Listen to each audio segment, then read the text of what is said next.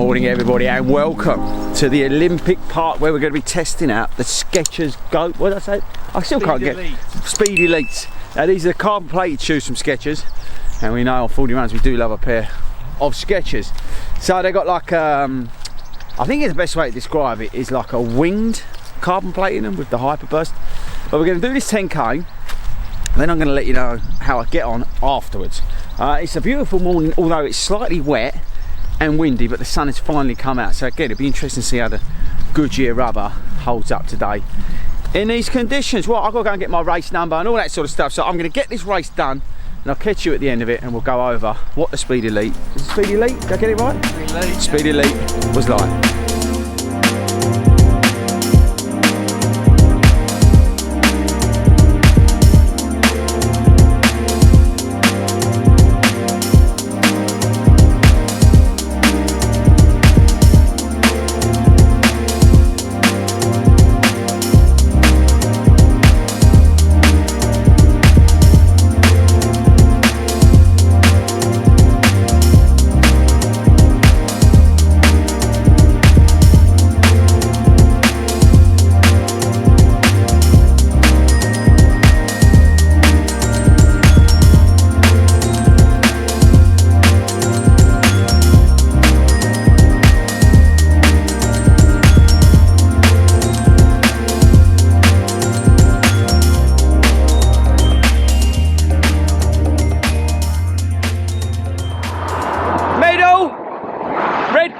For anybody who's not in the UK, and look, the Olympic Stadium and the Orb, we're all done here in London, and we're just heading back. We're going to get a cup of coffee, and the Skechers done very well, but I don't want to get into that right now.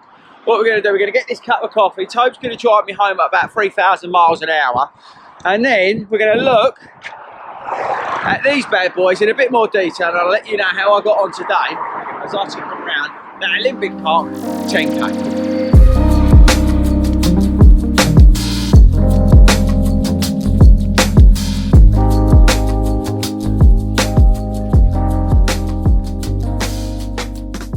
So here it is, guys, the bling. Yeah, well earned-ish. I wouldn't say that was my sort of highest effort level in terms of a 10k, but it was still good fun. And more importantly than anything else, it was just great to be back out on the start line and racing and running events again, which is awesome. Now I've got my Spurs shirt on today because it's Saturday. This weekend's the last weekend of the football season here in the UK, so it's a big weekend. This video is actually part of a, should we call it a mini series? What do you think? Let me know in the comments. This week we're going to have 3 videos all about Skechers, and we're starting off with the Speed Elite. So after doing that 10k, let's get stuck into some of the stats and features about the shoe, then I'll tell you how I got on with it. Right, so the Speed Elite is 130 odd, 137 pounds. Here in the UK is now readily available, which is one of the reasons why we're doing the videos this week on Skechers. We've got Goodyear rubber on the outsole. We've got M Strike, which is all about that heel to toe transition. We'll come on to that in a minute. We've got a mono mesh upper. The shoe fits true to size. This is UK 9.5, and I'll come on again to a little bit about that because I want to talk about sizing.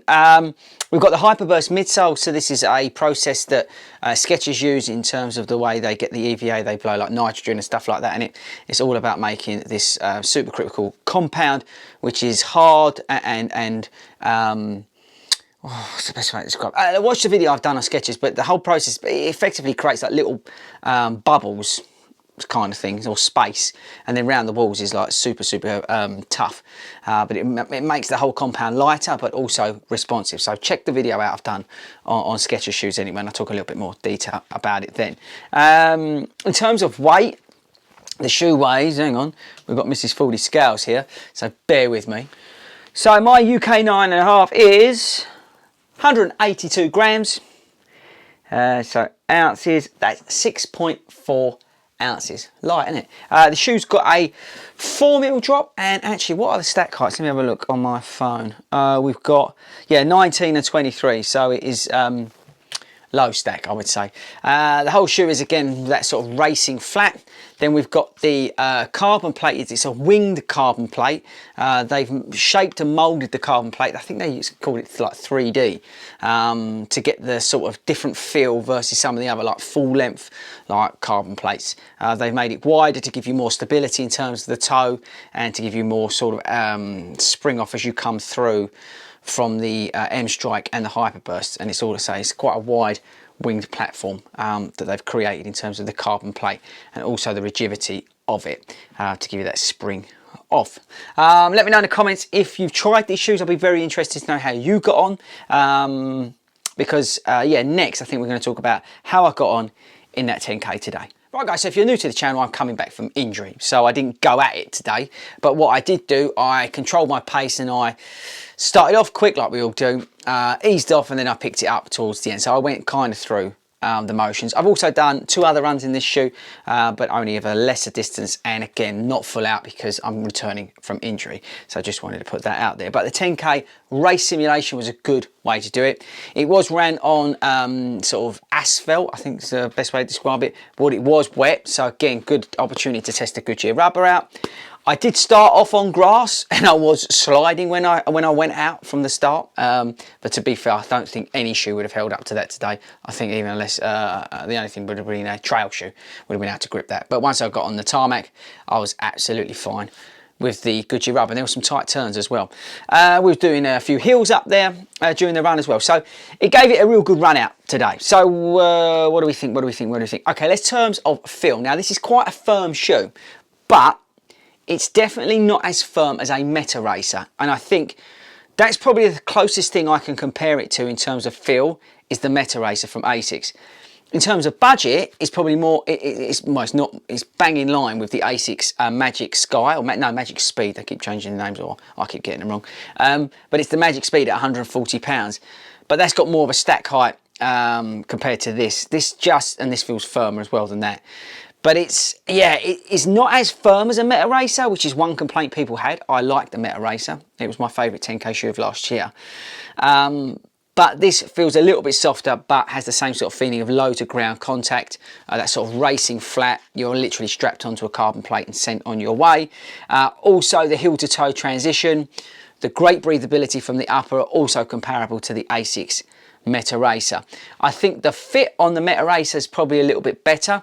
You've got to be really careful with Skechers shoes because they do come in. Now this is not as aggressive as some of the other shoes from the Razor lineup. Yeah, I'll just show you on the XS, for example, how that kicks in. This is a UK 9.5. I was running it with a thin sock. If I was running with a thicker sock, I probably would have to go up to a 10, a UK 10. But because now the weather's getting better over here in the UK, except the rain, I'm fine in a thin sock with this shoe. But that's one of the things. And I wouldn't probably want to race a 10k or half, which is where I'd use this shoe, in too thick a sock anyway, if I was really going for it. What's noticeable is the heel to toe transition. Also what is noticeable at lower speeds is not really giving you much. It really does come alive when you start pushing it. I went out the blocks and we was running like 350 per kilometre, and we was like, well, we've got to slow down, and I was absolutely nailing it, and you could really feel the kick from the shoe. 100% felt it. As I eased back, I was able to control the pace, but it was a firm ride. It actually felt a bit like a Saucony Kinvara 12 in terms of firmness as I was going along. But again, once I then got past that sort of 5k mark, and then I sort of went on it a bit and picked it up a little bit, it came alive, and it definitely didn't feel like anything like a Kinvara 12. I think this shoe is a lot of fun. I think it's great for me at the 10k distance, and maybe a half marathon if I knew it was a flat half marathon on tarmac and I just literally wanted to gun it. I would wear this shoe. I don't think I would wear this shoe for anything other than that in terms of races. In terms of training, I don't know whether I would wear this as a training shoe. For example, I would use the Razor Elite, which is their carbon plate shoe, which I use for sort of 5k and tempo run and speed work. I don't think I would replace that with this, because I really like the Razor Elite for those shorter, faster burst of speed. The turnover is absolutely amazing in that shoe.